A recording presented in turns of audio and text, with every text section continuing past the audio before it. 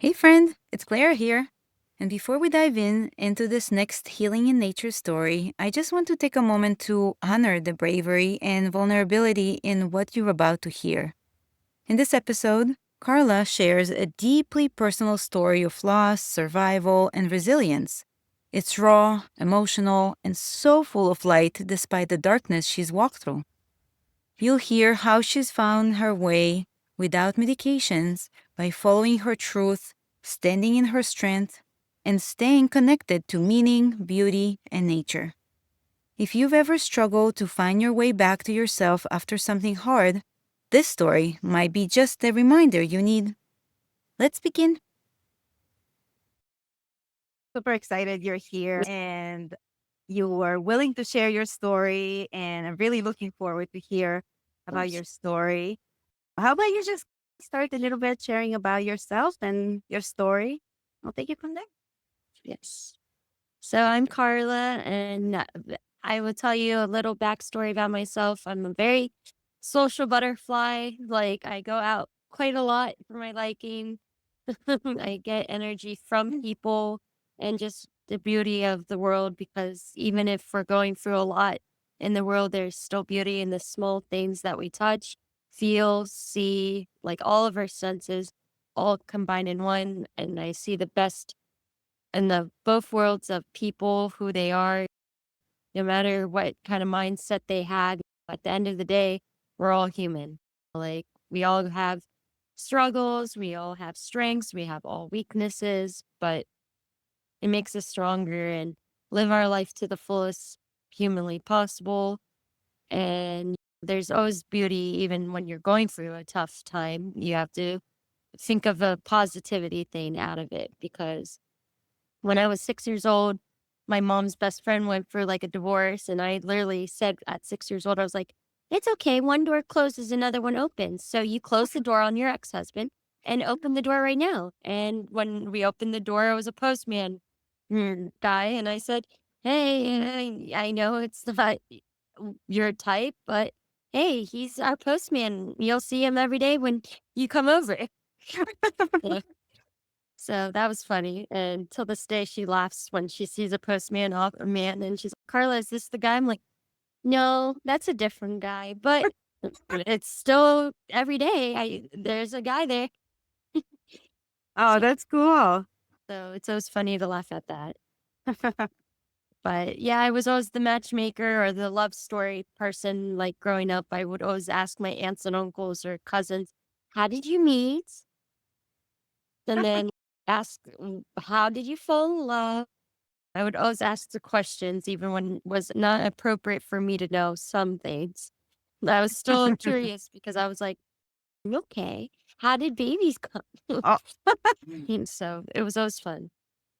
But my little traumatic experience happened July 4th, 2014. Sadly, it was 4th of July, the most magical firework day. But let's just say my best friend, Brian, was in the army. He served for a country, which was a blessing. And a guy from a party that I was at with some friends got too drunk, really drunk. And I went outside to get some fresh air because it was just so crowded at the party.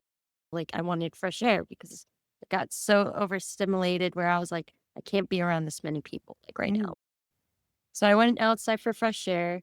The guy that was really utterly drunk came outside from the party, started talking to me. I was like, I had no desire to talk.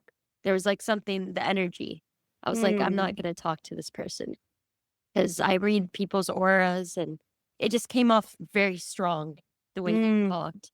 mm, So then once I was not acknowledging him or giving him any attention, he started to pursue, try to touch me inappropriately and mm, try to do anything he can to try to get underneath.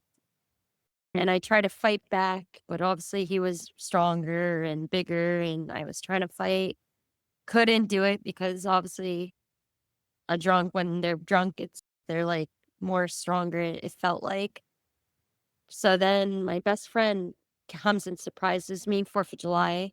Like, I didn't know he knew where I was, but Obviously, he probably told one friend, like, hey, where's Carla?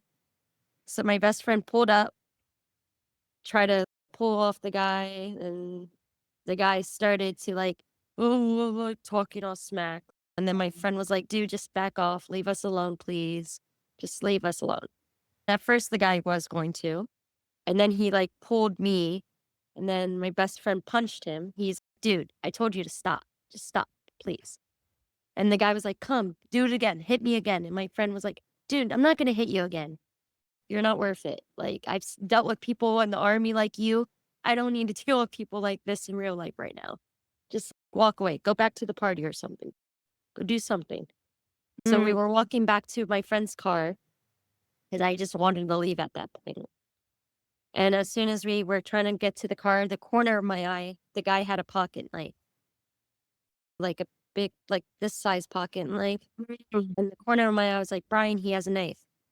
He turned around real fast, and the guy like stabs me here on my hand and like, stabs me on my head and the side of my like hip right here. Wow. So then we started walking like quicker to the car because I was like, let's just go, please. I couldn't bear the pain. And then he started stabbing my best friend like repeatedly, like from the head to so many places I can't even name right now. And I started screaming to the top of my lungs, but people couldn't hear me. So the guy was like, this is the last time you're ever going to see your best friend. And this is the last time you're going to see me. And I was like, at that point, I was like, just scared for death, like literally. And the guy drove off. I remembered his license plate number and his SUV, and the window, one of the mirrors was broken. So I remembered that.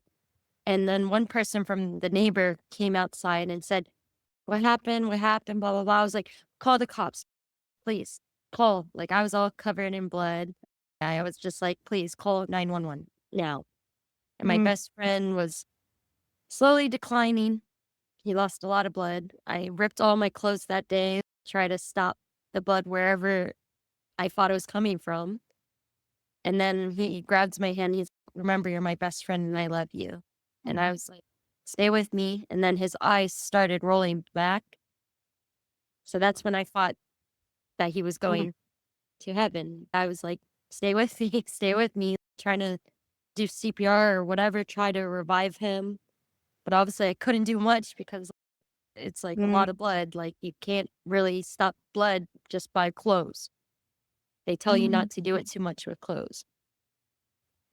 So then the police finally got there in the ambulance after 20 minutes, which till this day makes me wonder why it took that long when the police station was right there. But Oh, gosh.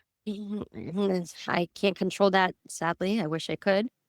As the police got there, I got on top of the cruiser. I didn't care if it was against the law. I typed in the license plate number. I was like, this is your guy. Go, please go now.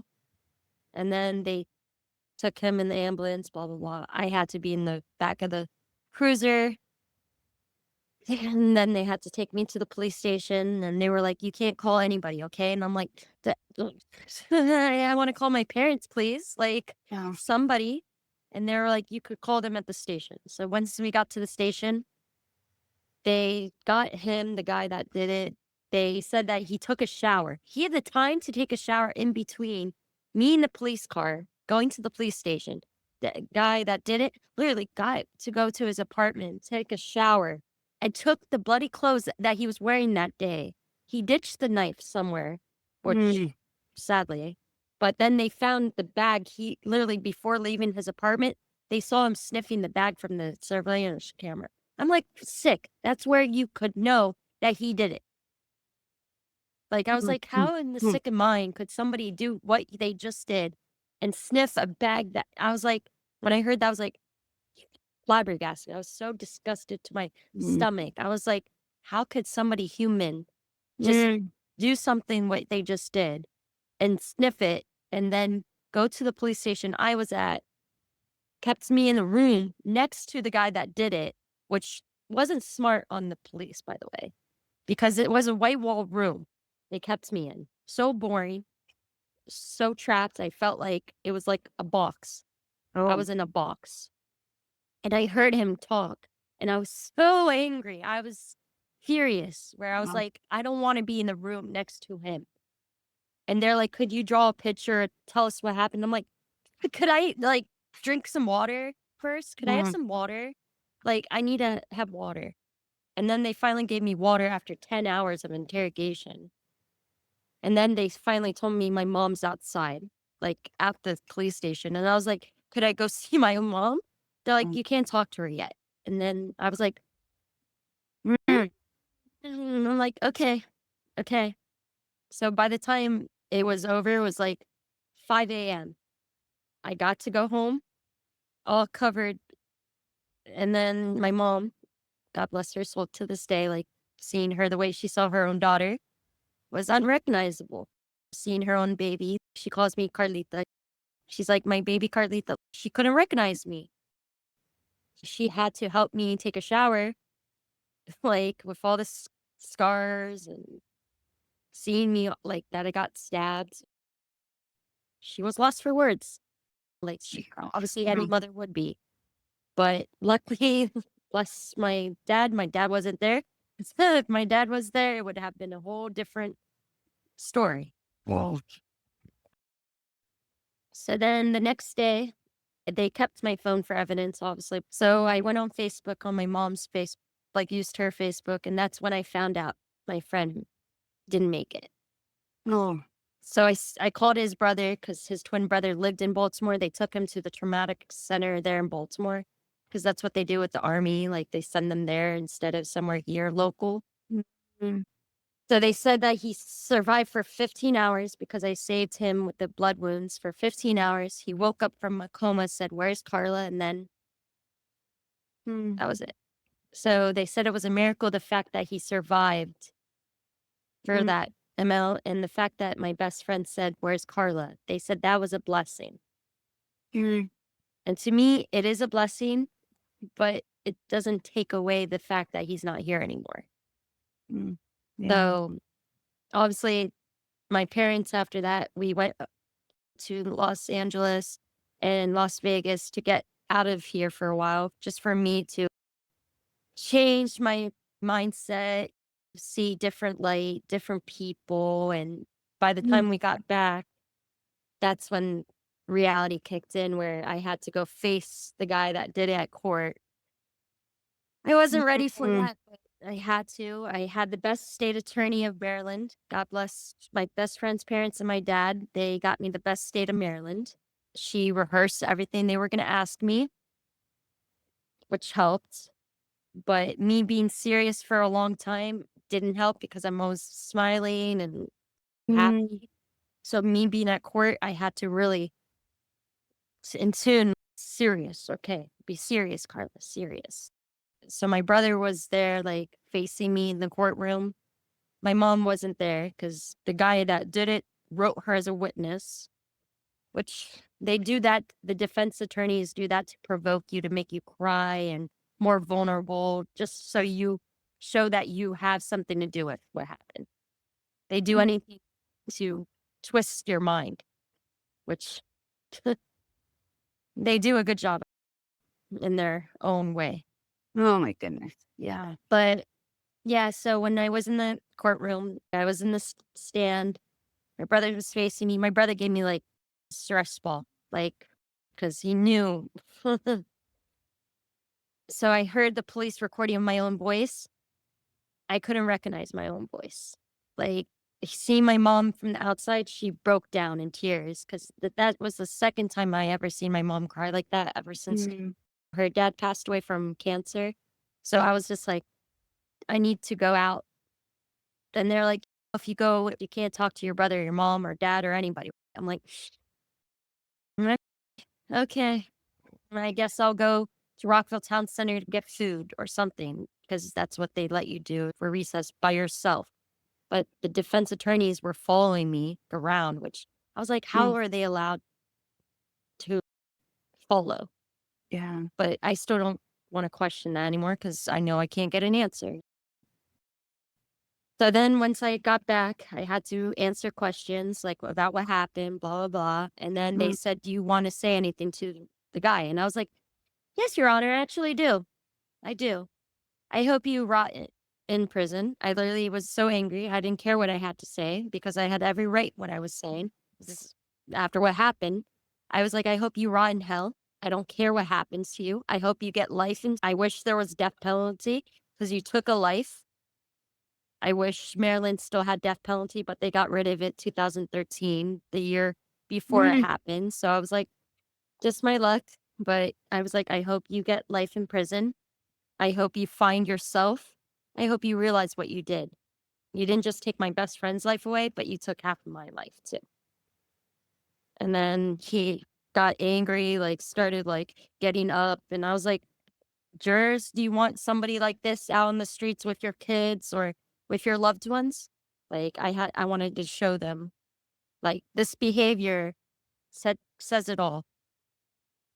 So Mm. every 4th of July since then till this day, he always changes his story, like, of what happened. One time he said, "Oh, he has male syndrome problem," whatever that is, it doesn't even exist. Right. Second thing is, "Oh, Carla paid me $1,000 to do it." Like, in the right state of mind, like, everybody that physically, mentally knows me, $1,000, dude? Me to ask somebody to do something like that to my own best friend or anybody? I would Um, give with the $1,000, I would probably pay off some college tuition, give it to my parents or something on vacation. But to do something like that to my friend, who wow. are you? Who do you think you are? Wow. Yeah. Mm. And then the third story, he's like, okay, I did it, but Carla made me. Like every year around July, he would change his story over and over. And then what triggers me to this day is like when it happened, like obviously I go by it time to time when it took me a while to get back to go where it was. But we used to collect toy cars, me and my best friend. So every year I go by and leave a toy car where it happened Mm. just for him. And I take a shot of whiskey because he used to love whiskey. When I met him in 2019, he was just the blessing. Like I think my best friend set me my boyfriend only because my best friend till this day, it's in my head. He said I would find the love of my life on his birthday. Mm. And his birthday was December 12th. And I met Kevin, my boyfriend, December 12th, 2019. How did he know that? Like, he like sensed Mm. Kevin my way or something. And to me, it makes me flabbergasted to this day, where somebody like a beautiful soul that my best friend was knew, like, since we were kids till now, he was like, yeah, you're going to find the love of your life on my birthday. I just have a feeling. And the Oh, way my boyfriend and him act, it's like copy and paste. Like Brian, if he was still here till this day, him and Kevin would just be like brothers and nerds and goofballs, the whole 9 yards. mm. So to me, I see it. I see my best friend through Kevin's eyes and his smile and his everything. But at the same time, it's like I tease Brian because he used to like Washington Commander when it was Redskins. Can't say command. But I like Cowboys, the Dallas Cowboys, because I lived in Dallas, and we used to always tease each other, "Oh, your team is so bad," like, blah, blah, blah, and I was till this day, I mess with him, like, up in heaven. I'm like, "Ha, your team, blah, blah, blah, but you're welcome. Now you have a good coach because you got it from the Cowboys," or, "Good job, you're getting a new stadium finally." I make laugh jokes just to keep me going because I know he's a bird probably, he's a cardinal, Mm. or he's something, that's for sure. He's definitely for me to stay happy, tell people he's reincarnated in a hot tub with a hot blonde. Because knowing him, he would probably, yeah, be in a hot tub right now with a blonde, talking to her, trying to flirt. But Oh, he was always the ray of light that we always needed, that's for sure. wow. I still look back because it was 2014, but How old were you? I was pretty young. I was like 18. Yeah. Wow. What a story. Yeah, of Thank you. Thank you, Carla, for sharing that. course. Being so open about it. It's interesting to see how you started when you were like 6 and you show this positivity of yours and just this matchmaker person in a way. And then something big like that happens to you. And meeting your boyfriend is like a matchmaking It is. between your friend to him. And I thought it was kind of very interesting how you Yeah. choose to view it this way. And I was hearing you how you were talking about the management of the system, how long the police took, and how they treated you in the police station. And in a way, it sounded like they didn't acknowledge your situation. It's, oh, you have to do these things for us. You can't call your mom. We didn't even offer you water. Like the system, I wonder what's your outlook on the system wise? I feel with Maryland itself, as a cop, I get what they have to do is protocol, like the way they got trained. And I believe that they did it for their in good intentions and true intentions, and they want to get the bottom of what really happened. Mm, Like point not to per se point the finger on who did it and how it happened or where it happened or why it happened, all these questions.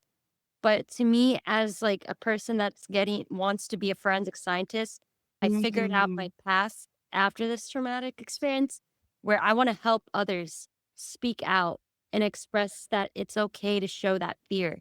Because I used to not like knives, obviously. Just cutting, yeah, sure.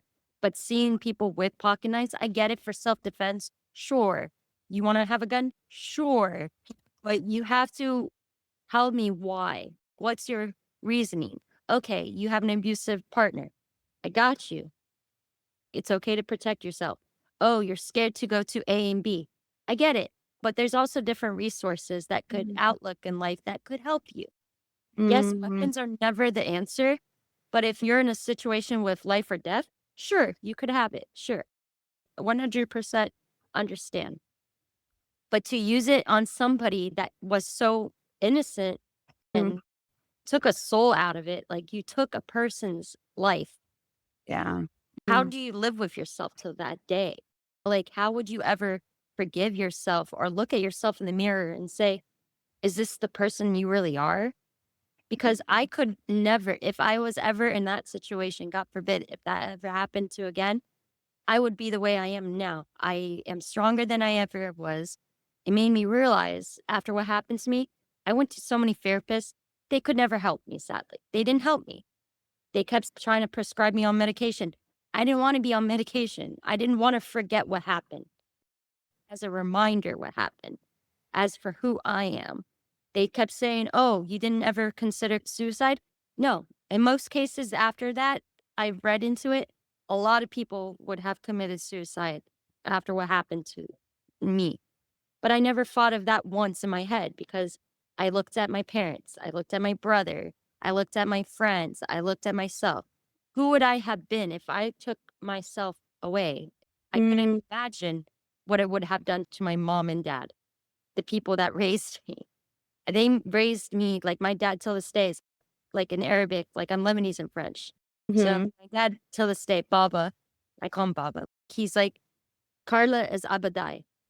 Abadai is like, she's such a strong warrior. Like, I've been through bullying. I got bullied a lot. I got teased a lot. Girls used to always bicker and chapper, as I call it. Like, used to try to tease me to the max because I had all guy friends.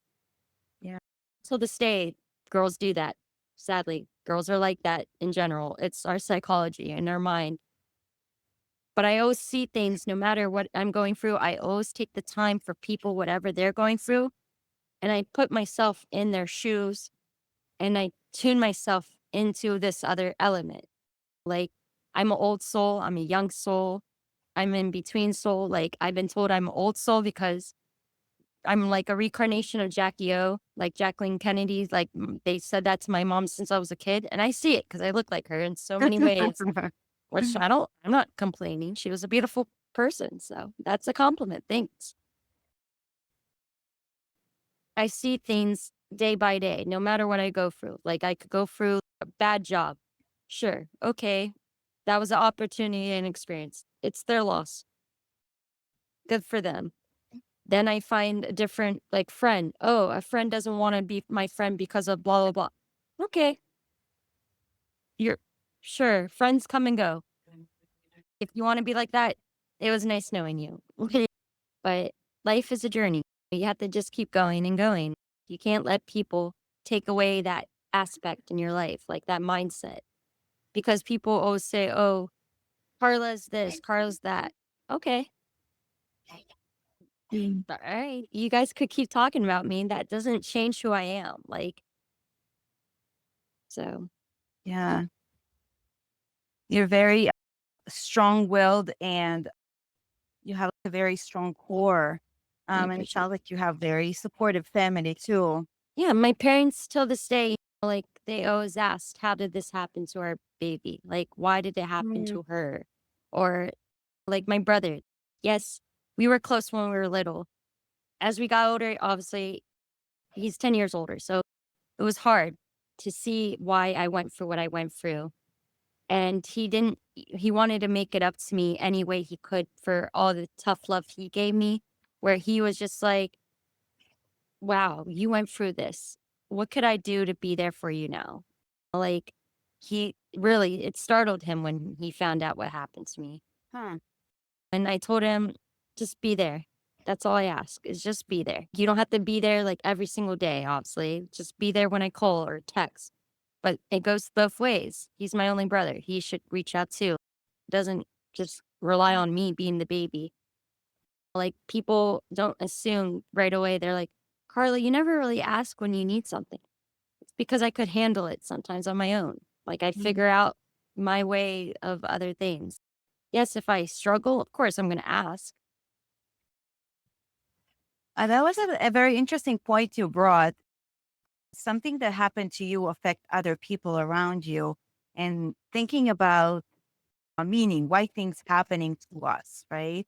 Yeah. So I wonder if for you, what is the meaning? Why do you think it happened?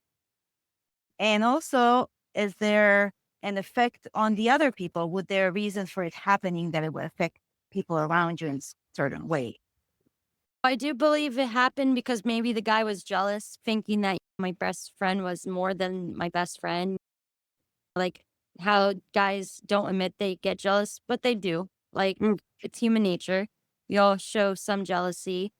And I think it's just because he got a rise out of like my best friend giving me that level of love and attention that I obviously was focusing more on my friend more than the stranger in a sense. Where I think the guy, like in his mind, he's, oh, I'm gonna win her over by doing what I'm gonna do. Like, I'm gonna mhm, just take him out of the picture. And his way of taking him out of the picture was obviously not the way anybody pictures somebody trying to get you out of a picture. You can't easily just erase them from my memory. It doesn't work that way. of course.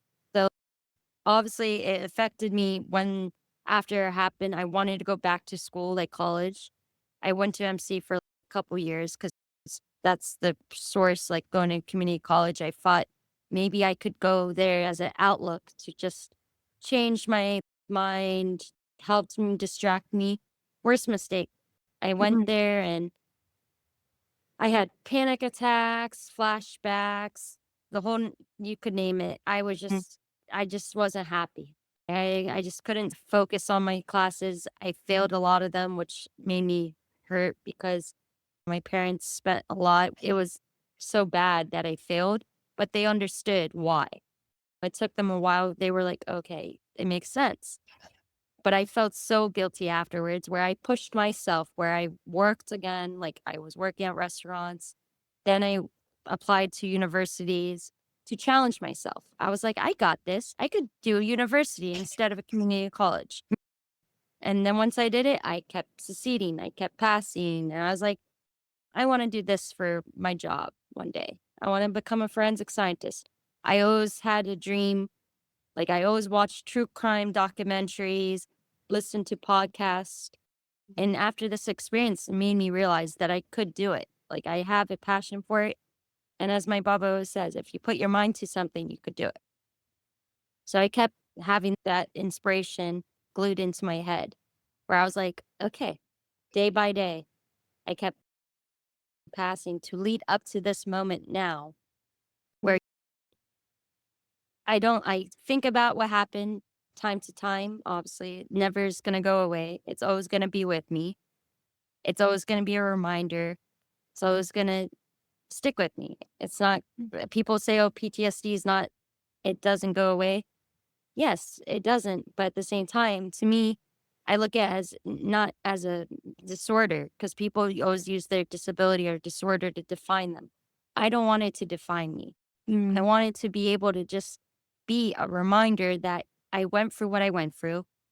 I am who I am because of it. My best friend would be proud where I am. And I am living his legacy in his honor in a sense too. Like I'm doing things that he would want to do in life. He would probably want to climb up a mountain like a sugar loaf and say, or life goes on. Like we have to, no matter what we go through, it just, you have to go with the flow. You just have to keep on. It's like a wave at the beach. It's hard enough dealing with a lot of people out there the way they are. We have to face them some way or another.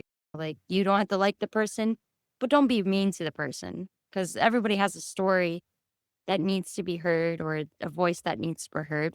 We're all struggling with money, a house, car. Like, we all are going through something. What a beautiful way to come out of an experience like that. Very empowering. And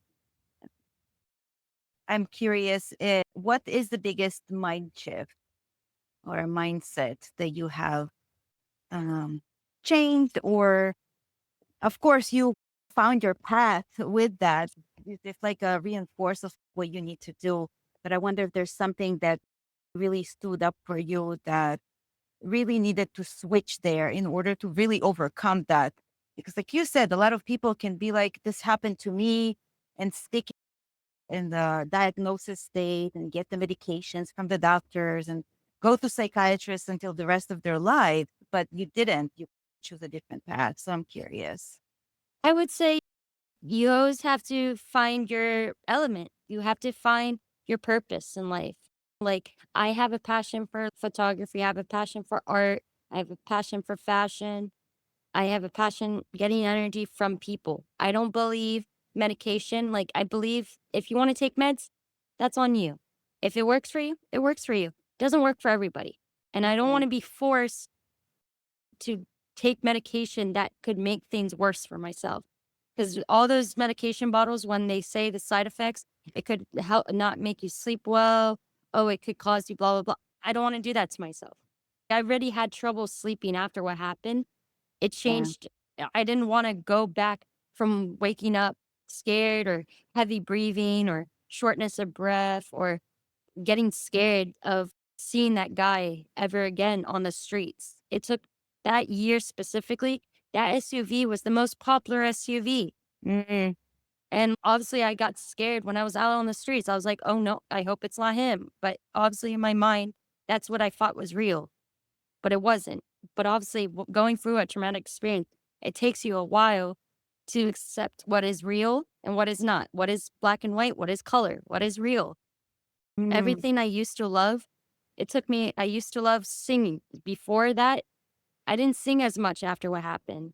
And then I finally found myself again. I'm able to sing again. I wasn't able to do art as much. I wasn't inspired by anything again. And mm, then I found that inspiration again. I had no desire on going to school, but then I was like, no, I should go. I could do it. I just need to challenge myself. And that's what I did. I challenged myself because you should really challenge yourself day by day. I don't like to drive right now. Till this day, I don't want to drive because I'm still, maybe there's a tick in my head where I'm like, I don't want to drive because after seeing him drive off after what he did to my friend, maybe that's what set me off. But I don't know. I went to a hypnosis. I liked the hypnosis because it was like the cleansing. Like they put you to mhm. sleep, clear mind, the beautiful meditation music, the charms, nature, like organic. It was all organic. I didn't want, oh, how does this make you feel? Oh, I'm sorry you went through that. Oh, I went through that too. I don't need to hear that. I was tired of when people said, I'm sorry you went through that. I understand what it's like. No, you don't. See, don't say you understand what it was like, or I don't need sympathy. You could say, I'm sorry for your loss. That's, I like that. But I don't like when people kept saying, drilling in my head, showing me sympathy. I didn't want sympathy. I really didn't. I wanted people to encourage others that Carla's here. That's it. Be happy I'm here. That's the blessing. Mm. Just look at me. Don't look at me as that person that what happened. I want people Mhm. to look at me for the person I am, like the charismatic, the bubbly, the humble, the creative, the compassionate. Like people like my boyfriend tells me till this day, he's the one thing he loves about me the most is that I see the best in people. And it helps him because he's a very stubborn individual because he's a Taurus. It's his birthday month. So he's a stubborn bull, but Oh my god. he's very blunt, which I is a blessing. I love when he's blunt. And he sees things of people like if he doesn't like somebody, he'll tell you to your face. I'm the person where I want to get to know the person to see for Mhm. myself, but I could understand where he's coming from because it balances. That's where the balance lies. Because I'm a Libra. I'm the balance. Like I see where he's coming from being blunt and he has good intentions on why he doesn't like a certain person. It obviously for their actions and behavior, but it takes me a while to see what he sees. Yeah. But then I'm like, oh, okay, that makes sense. Okay, you don't like this person because they're doing something really dumb. And then I see it and I'm like, okay, yeah, that they shouldn't be doing It's nice that you are trying to see on your own. You don't take other people's like judgment or no, things that people are saying. You don't take it as granted, which it's feel like that in your story happened the same way. Like you didn't go through the mainstream. You choose your own path to deal with it. You found what's true for you. So definitely. that's super cool. Yeah, because people kept saying, oh, have you taken this medication or have you done blah, blah, blah? And I'm just like, do I really need medication? Like, that's what kind of bias? Like, everybody has their opinion. If they want to take a medication, it's your own person, your free will. If you think you have anxiety, then okay, take a pill if you want. Do you want to, oh, you have depression. Okay, there's medication. If you want to take it, go ahead. There's antidepressant. It's your opinion. It's your own body. I can't tell you not to. Yeah. I just know it wouldn't work for me. I knew it wasn't going to work for me if I even tried to. I just knew what it was going to do to me. That's awesome. I feel like people, with my experience, tend to do things like the mainstream. And it's nice to see when people are going outside of the box and actually thinking about what they want and taking ownership over this as well. Uh, Definitely. so I'm curious because I am all into nature and I see a lot of healing within nature. So I wonder if there any piece of your story that connected you back to nature, yourself, or anything in that sort. Definitely, sunflowers always have been my favorite flower. There's always a story behind sunflowers, I would say, because when sunflowers grow, they always stand tall. No Uh-huh. matter what they go through, they always stand tall. And Mhm. when they don't get enough sunlight, two sunflowers face each other Oh, to really? get each other some light. Yeah, that's how they get energy. So that's how I present myself as a sunflower. My boyfriend calls me his sunflower because I always, whenever I feel down or gloom or when I'm not standing tall for myself, I face somebody to get energy. And it makes you feel whole, like a heart, like makes you feel complete. So I would say nature, like flowers, you name it, sunflower, daisy, lily, any kind of flower. Like that's where nature draws in, or even the clouds. Like we have a thing where when we're in his car, we look up to the clouds and we try to guess what animal, which I'm sure everybody does. But yesterday, when I was with my friends for her birthday, I literally saw a cloud that looked like a bunny laying down. Like literally, it looked like a fluffy bunny just laying down, maybe eating a carrot. Who knows? But I saw a bunny, and then her kids were like, "Miss Carla, we see that too." What? I was like, Oh, I put imaginary. Like I'm always imaginative. Like it's beauty to see imaginary stuff. It doesn't have to be real. But to you, it could be real. But to them, it could be real or not. But it's a way of expressing art too with nature because I could see like a puddle of water that looks dirty, but I see something in it, like the small little thing, and I'm like, that's beautiful. God created something beautiful like I. It's like when you take a stick from that tree behind you, like you just take a stick and then you brush it off against a puddle. It creates this whole design, like with the lines or zigzag. It just creates art. Like, yeah. or when the light, like the shadow reflection is on the puddle, when you see the clouds, a puddle, it's just so cool because you're like, wow, the sky's up here when I'm looking down at here. It just, what? Huh? How did that work? But it just makes you amazed because you're astonished. Like you're like a leaf, like the small little leaf could have a cute little ladybug or a little cute little bug. You're like, okay, hopefully you don't bite me, little bug. The ladybug is still cute because it's staying on the leaf, just one little leaf. Like, why this leaf, not this big leaf? I'm like, look, there's so many different things about nature. Like, it's really astonishing. Because, like, even with our anniversary, our 3 year, our anniversary is in December, okay? Like, we celebrate every December. We just call it a December to remember. Oh, So, every day in December, like, we went to Sugarloaf Mountain. I was wearing a skirt. I climbed the whole thing up in a skirt. Till this day, he still remembers. He's like, that was pretty baller. She was wearing a skirt and climbed the whole sugar. I didn't care who was watching as long as I was behind her so nobody else looked at the skirt. And I'm just like, it was spontaneous. We didn't know what we wanted to do. So we were like, let's just go to sugar. Okay, let's just go. Then he's like, are you comfortable? I'm like, got the right shoes. It's not the right skirt, but I don't care. love Let's it. go. Let's just be rebel. Live only once. Come on. So we did it.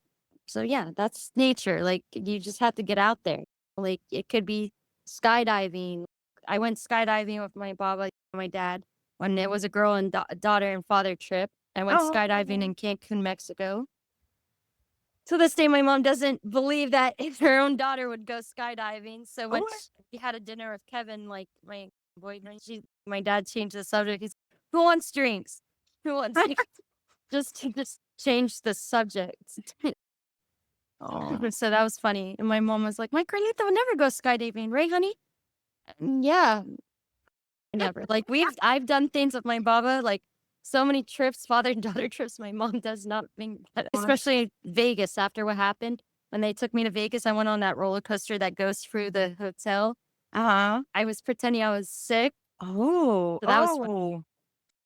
That's interesting. Your mom doesn't like you going? She's scared for She you? does. It just she gets scared. Obviously, any Yeah. moms. No, it's not safe. No, Oh, don't do it. It's like rafting. Like I went rafting like in France.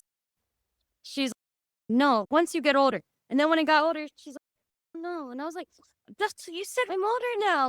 Let me go. Like oh. I will be I have a life jacket. I have this Oh belt. my goodness. I will be with your brother, my uncle, like your blood. I'll be okay. And then she finally let me, but you could see in the video, she's like screaming, like, my baby. Oh, She's okay. She's laughing. That's good. I'm happy. And I'm like, oh my goodness. oh my She's goodness. like, you understand when you have a kid? I'm like, okay, I act like that when I babysits and when I'm like dog city or my own cats, but mama, it's okay. I'm still here. Look, see, you see No. me? Huh? Huh? You see me now? Watch me. Like, I'm You're still survived. I survived. See? She's like, you really went skydiving? I'm like, yeah, it's came through Mexico. The water was so crystal blue. You could see oh, your own reflection. It's so pretty, water. Of wow. course, I wanted to do it. Your parents sound awesome. That's so cool. My Baba is definitely the fun, create. little secretive guy. He's like the middle child of so many siblings, and my mom's the second oldest of 11 siblings. So it's so funny how interesting they both are because it's like they both like my dad's Lebanese, like the Middle Eastern dad. You would think he's so strict. Like people assume, oh, he's Middle Eastern. He's gonna be strict. And my Baba, he's just so down to earth. Like when he met Kevin, he was wearing my princess slippers. And from getting the mail, and he's like, oh, you're Kevin. Come, eat. And he's, oh, you thought I was gonna be scary, by the way? It's my Aw. wife. It's Ah, my wife. As a joke. And it was just so funny till this day, as if you ask Kevin, how do you like Carla's dad? She's gonna be like, Carla's dad? Oh my gosh, he's so funny and down to earth. Oh my gosh. aw, that's awesome. No, yeah. And then they were like, you really have to get to know her brother. It's her brother you have to pass. Which is so different because so many people are like, you have to pass the test of the parents. But in my case, it's like the brother, like, because my only brother, the older brother, he has to like you. If he likes you, that's good, which is That's hard because he's very picky. oh, I guess he likes Kevin because he's been He around. definitely likes Kevin because it's been almost 6 years, so he has to like him. He has no choice now. I love But it's funny because when he it. met Kevin, Kevin was working overnights just at a grocery store because during the pandemic it was hard. So he worked at overnights, and my brother made the joke, which any sibling would. He said, "My sister might worn you out even more, try to get you more tired." But then Kevin was like, "Yeah, but she's worth it, man." And then he looked at my Aw, mom like, "That was a good answer, very good answer."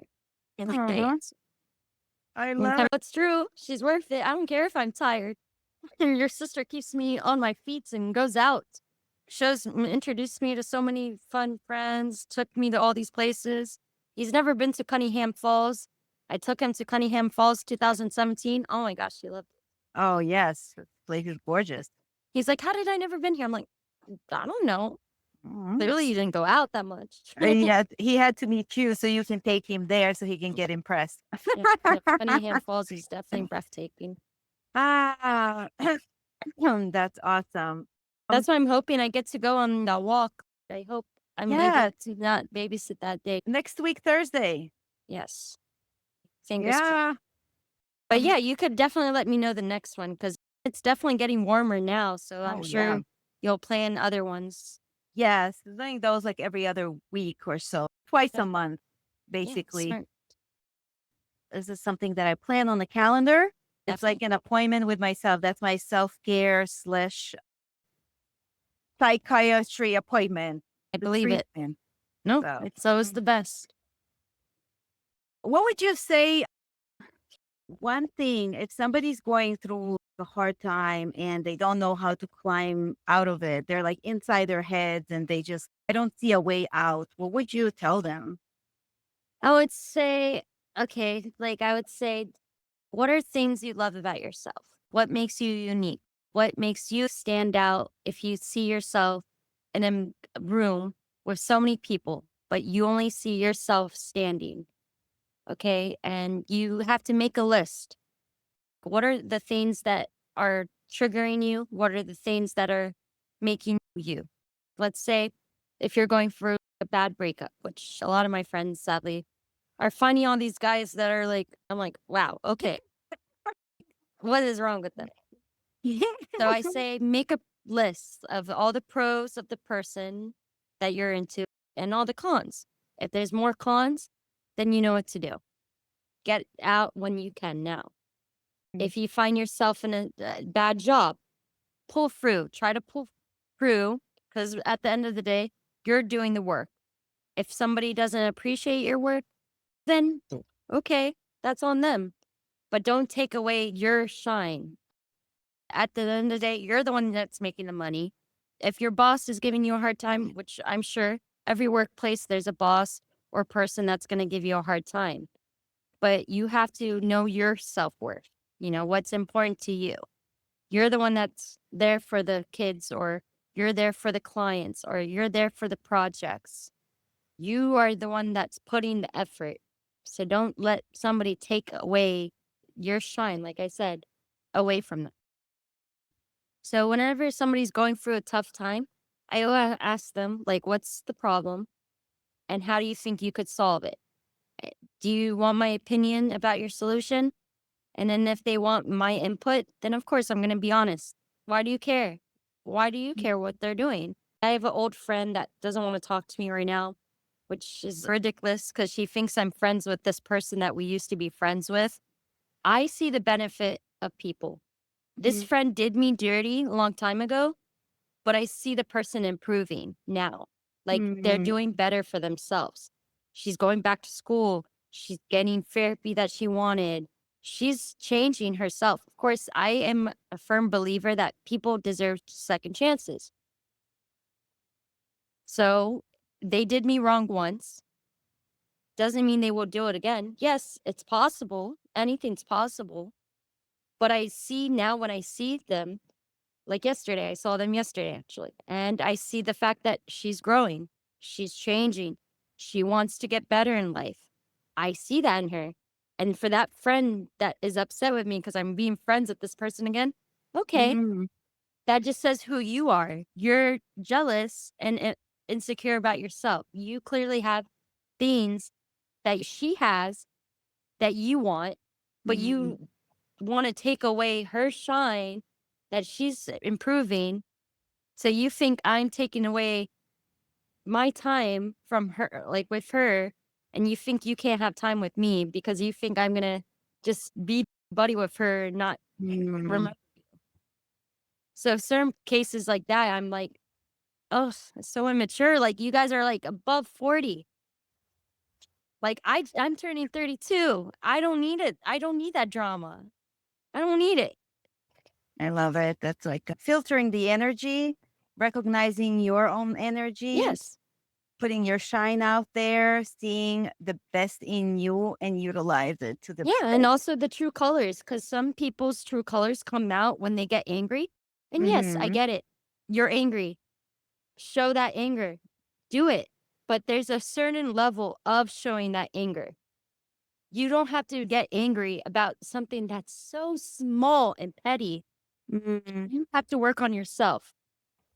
Like our best friends, Kevin and I's best friends, are getting married October 19th, 2 days before my birthday.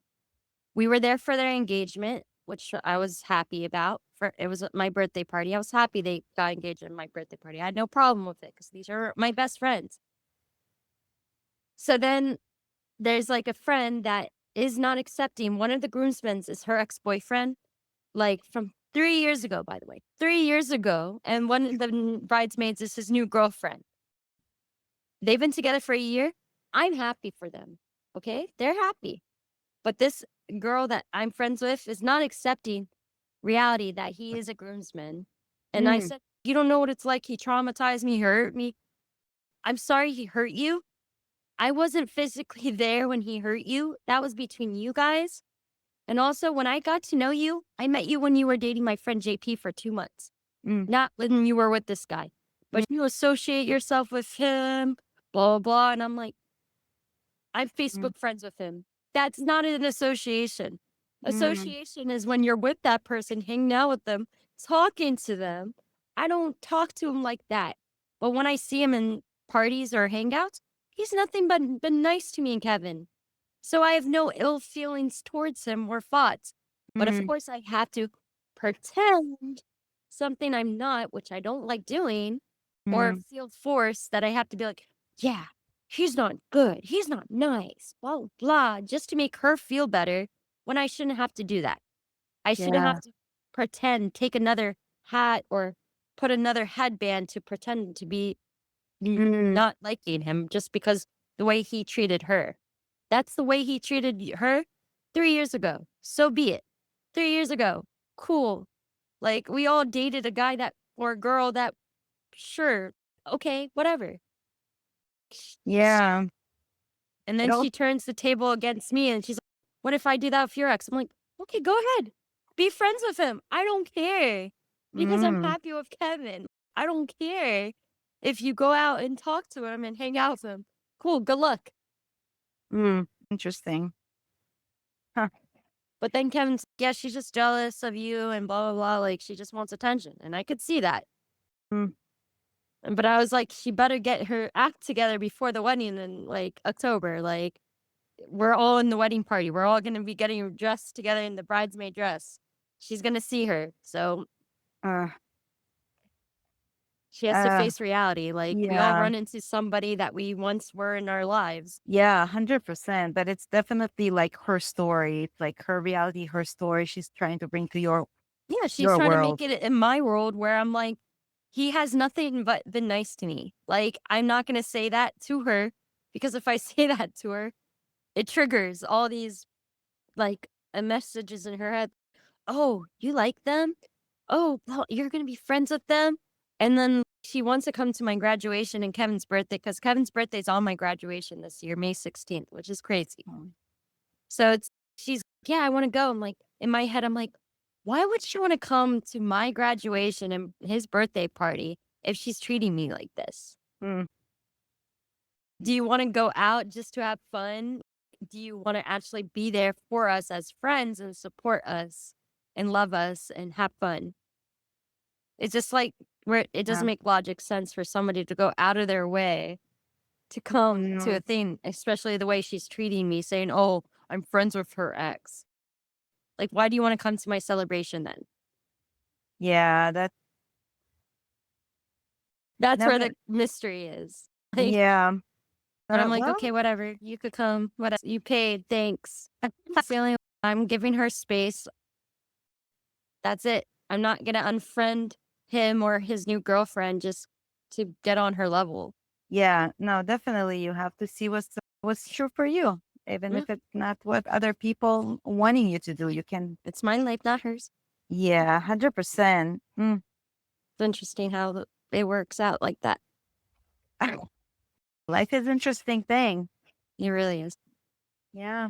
One, two more things I wanted to ask you. One is if you have any resource, like any good book, a podcast, a quote, or something that you live by that helped you when you needed it the most. You have anything like that? Let's see. I need to look it up, but I could tell you because there is a quote that I always say. All right, where? Okay, it's from Keanu Reeves because I love Keanu Reeves. By the way, Mm. once you get to know me more, you're gonna see why I love him. He's just the most humble actor in history.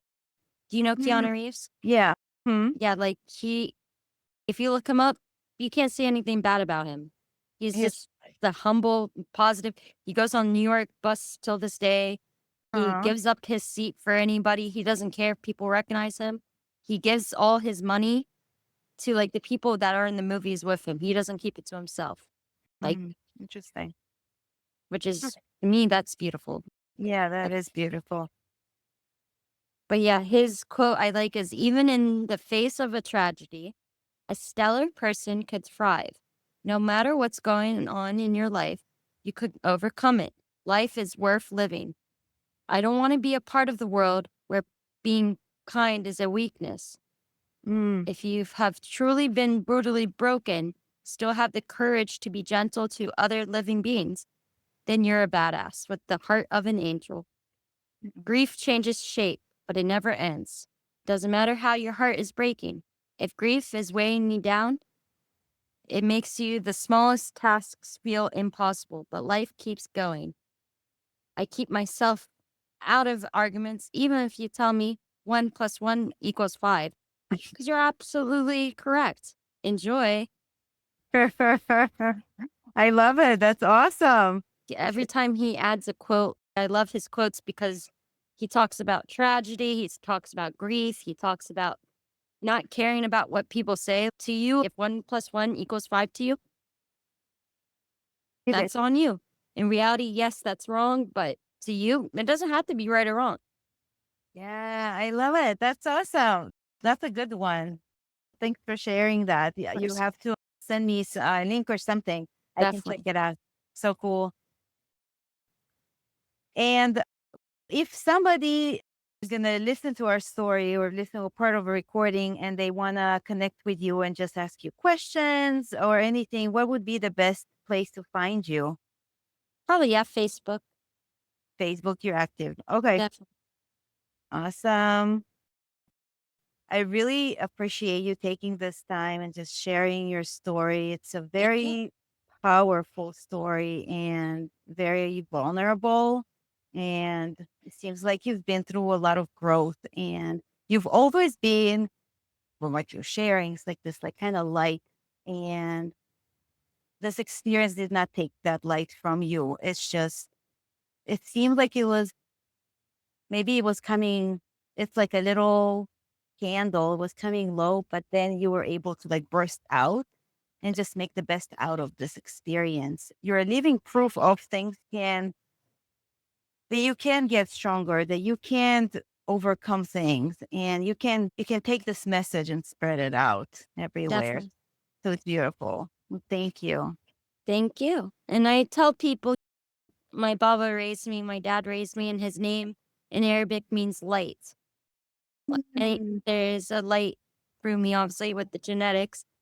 So when you said candle, I definitely see it as a candle, also like the sunflower. Because, like I said, like any little seed could grow to this small, but then it keeps growing and growing and growing and then growing.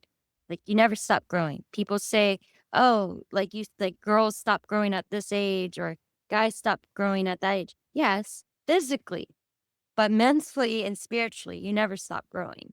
Ah, Yes, of course, our genetics for us girls suck because we stop growing, like, and are stuck being short, or sometimes we are lucky to be tall.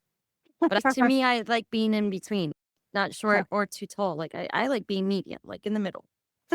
To me, if you're on my still like on my long neck, like you're still on my eye level.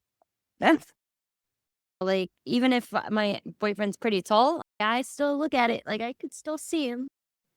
how did you feel about talking about this? I don't know if you ever talked about it before. No, I definitely have talked to people about it because people always asked me because people knew about it or heard about it and they see the worst in it. Huh? They're just like, oh, you did that. Oh, you went through that. Oh, especially the guy's friends that did it. They were like, you put our friend behind bars. He's not that type of person. Clearly, you didn't know your person, your friend.